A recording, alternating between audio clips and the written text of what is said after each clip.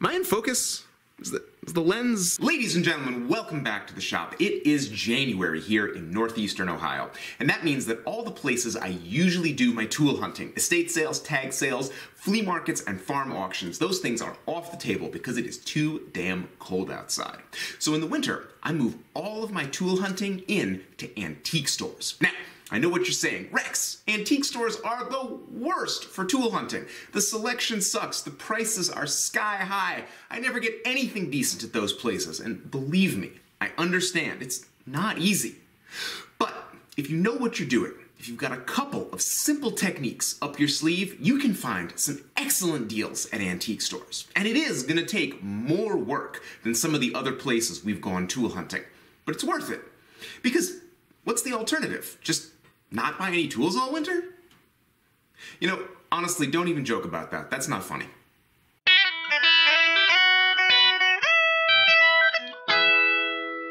This week, I went to the I-76 Antique Mall in Ravenna.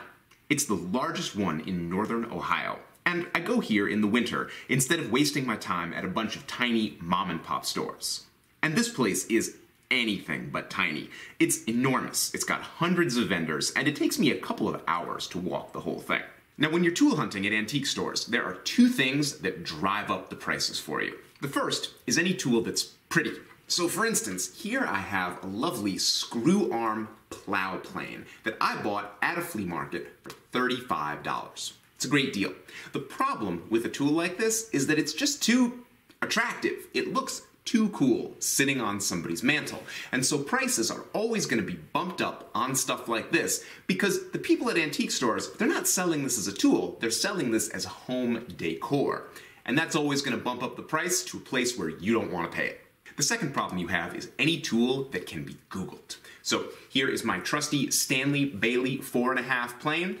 And this plane is going for sky-high prices on eBay right now. And that means the prices in the antique store, they're going to be really high too, because the company name and the model number are cast right in here. That makes it easy for any idiot to go on the internet, figure out what it's going for, mark it up, and then slap that price on it. So in general, I would forget about getting any tool like this, any metallic plane, or any tool that's got the name and model number right on it.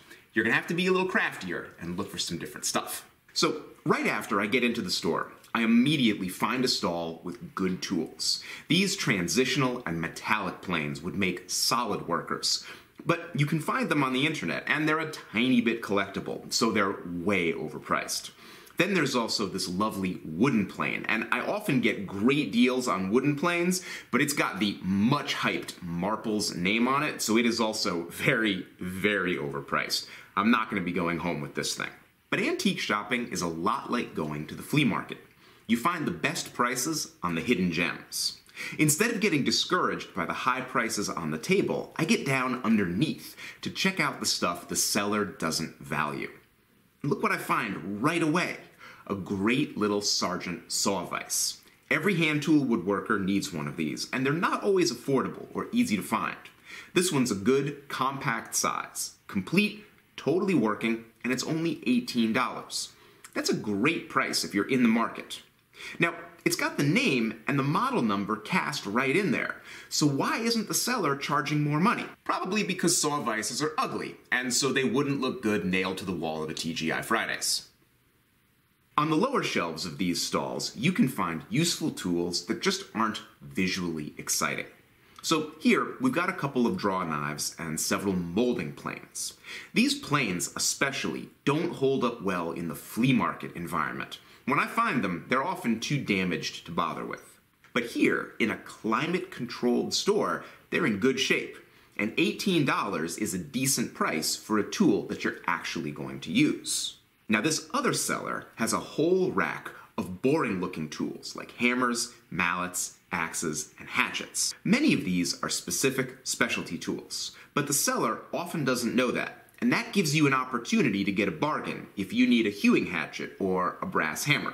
At any big store like this, you're going to find a few vendors who specialize in old tools. And of course, you want to check those stalls over very carefully, because you never know what they've got. You never know when you might get a surprise deal. But don't ignore the other vendors.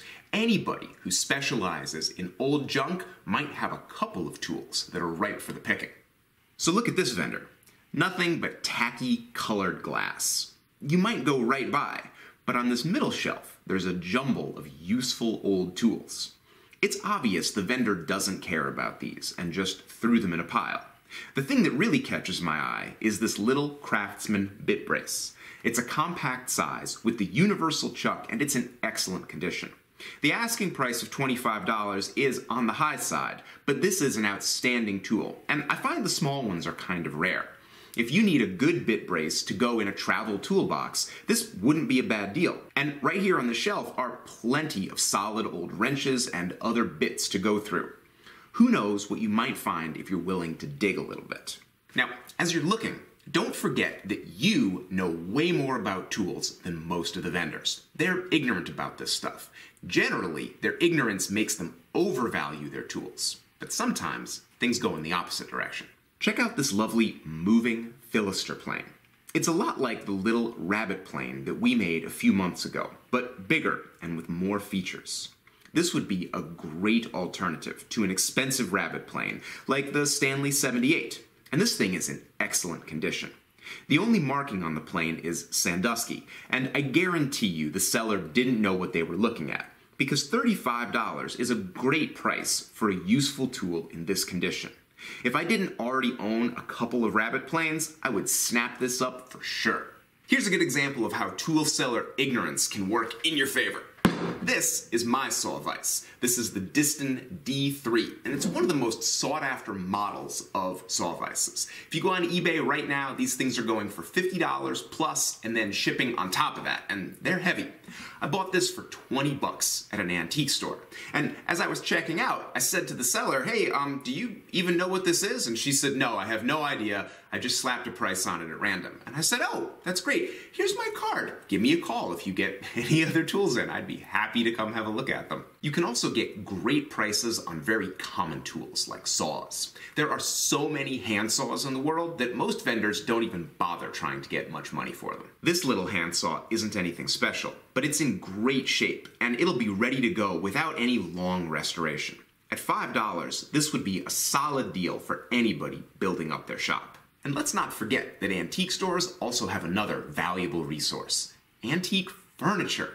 While I'm tool hunting, I'm always keeping my eye open for interesting old pieces and useful stuff that I might want to build for my house. And you can also just see some lovely craftsmanship and wood grain that's perfect and mellow after years of sitting in somebody's house. I like to open doors and drawers and even crawl under pieces of furniture to see how the old craftsmen did stuff. When I'm looking at this old furniture, I'm often surprised because the details are very different than what you see in books and fancy schmancy woodwork magazines. The work is often rougher, and it's done in ways that are considered sort of non-standard. So the mortise and tenons might be constructed differently. The dovetails might be a little gappier than you're going to see on somebody's Instagram feed. But what's interesting about this furniture is that it's stood the test of time. It's survived long enough to make it into the store in the first place. And you see all sorts of shapes and forms, chairs and desks and chests that you would just never see because people built stuff that they needed. Looking at this stuff always gives me a huge confidence boost. It's obvious that the craftspeople who made most furniture, well, they wanted things to be useful and last. They weren't killing themselves trying to make every last detail super perfect.